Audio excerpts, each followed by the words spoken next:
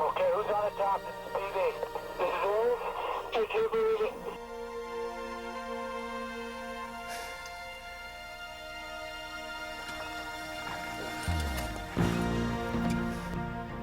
Erik Weihenmayer is a mountain climber. He is one of the youngest ever to scale all 7 summits, the world's most challenging and difficult peaks. McKinley, Kilimanjaro, Aconcagua, Vincent Massif, Everest, Elbrus, Kosciuszko. Erik Weihenmayer is a world-class athlete. He has cycled the length of Vietnam, runs marathons, skis, skydives, and paraglides. He is not a daredevil. He takes calculated risks, approaches each new challenge methodically. He knows there will be failures, but he also knows it is possible to touch the top of the world. Erik Weihenmayer is blind. I got this newsletter in Braille from a group taking blind kids rock climbing for the first time. Now, I grew up in Connecticut. It's as flat as a pancake. And I remember taking my hand and running it up the wall of my room and thinking, that sounds insane. How would you ever get your body to stick to the side of a rock face? I mean, what a joke. So I signed up.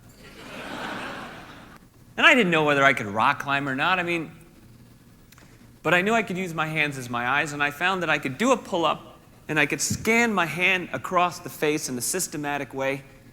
And right before I was ready to lose strength in my forearms and fingers, I'd find just enough, a little crack or pocket or something to dig my fingers into to keep me stuck to the face a little longer so I could do another pull-up and another scan across the face. And I left a lot of blood and a lot of skin on the face that first time, but I got to the top, and I realized, I'd never catch a baseball. I'd never do a layup down a basketball court again. Those things were in the past. But in front of me were lifetimes and lifetimes of opportunity. And it was standing on the top of this rock face with the sun in my face and the texture of the rocks under my hands and the sound of openness all around me, that my life was reborn. Born with a rare eye disease that left him completely blind by age 13, Erik embraces some of life's greatest challenges. He is a teacher, a coach, and a celebrated author. His book, Touch the Top of the World, describes the triumph of his vision over the challenges of blindness. A gifted motivational speaker, Erik delivers his story of determination and courage to audiences all over the world. But I have to say, it bugs me that the world, I think, sometimes writes things off as impossible a little too quickly, when maybe we haven't found a way to reach out and find those systems, to reach beyond convention, to utilize our resources. I think there's such a blurry line between the things that we cannot do and the things that we can. And the most exciting aspects of our lives is when we're able to become a pioneer and blast through those lines. When we're able to blast through those barriers that are conceived so often in our brains. When we're able to blast through those preconceptions of the way things are supposed to be done. When we're able to launch ourselves into a new environment of adventure. That's exciting. That's what being a pioneer is about. And everyone in this room is a pioneer. You're on the brink of some revolutionary changes in your field. You're on the front line. You're learning as you're going. You're always looking for new opportunities, new niches, new ways of teaming up with people. You're sometimes faced with dilemmas and decisions where you don't even know where to turn, where to start. You're flopping on your face. You're stumbling before you find your footing. But despite that uncertainty, you look forward. You don't look backwards, even though looking forward so often means looking into darkness. I think each time we figure out a way to live our lives a little closer to the way we envision them, we become pioneers. We shatter the mold. Through the experience of his blindness, Erik teaches audiences to see the success that is possible in their lives.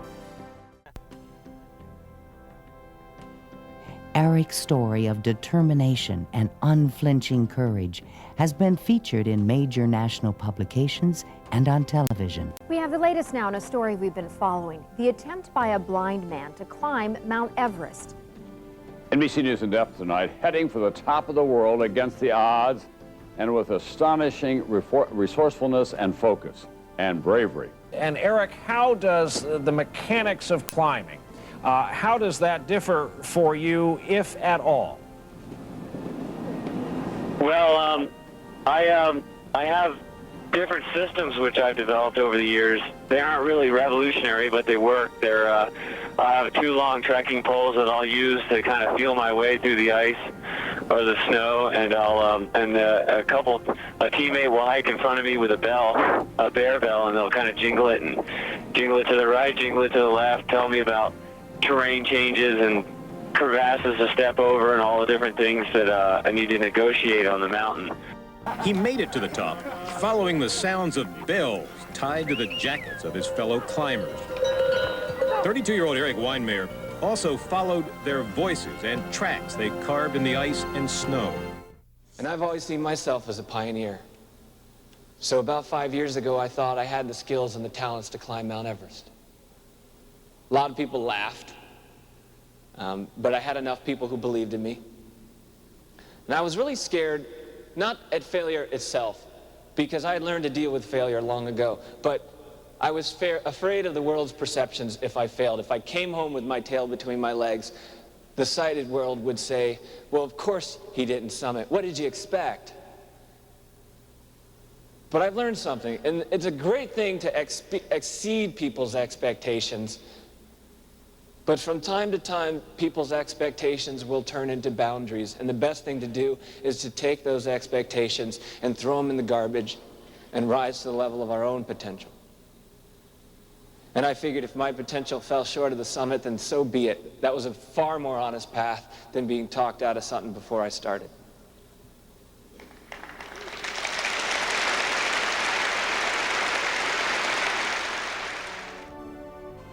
Erik Weihenmayer's inspirational and optimistic message motivates audiences all over the world. More positive feedback than any speaker we've ever had. Lucent Technologies delivers an indelible personal message to everyone. Computer Associates. Tremendous. Everyone rated Erik's presentation a 5 out of 5. Johnson & Johnson. Phenomenal. University of North Carolina Business School. A lot of people say that they summit mountains for the view, for the beautiful view, but I just think, I may be biased, but I think it's hogwash. I think it's just such a lie. You don't suffer for 20 days or a month to see a pretty view. A lot of times you're just looking into a sea of clouds anyway. I think a summit isn't even a place on a mountain at all.